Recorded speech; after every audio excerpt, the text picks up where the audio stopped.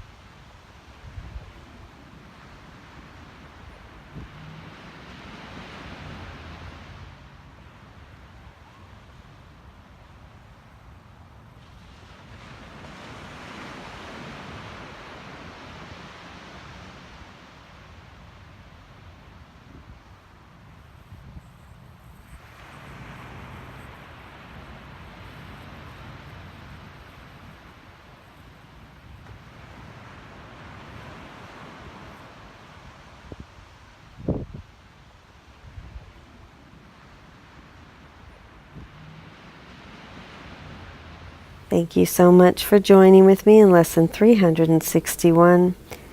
This holy instant would I give to you, be you in charge, for I would follow you, certain that your direction brings me peace.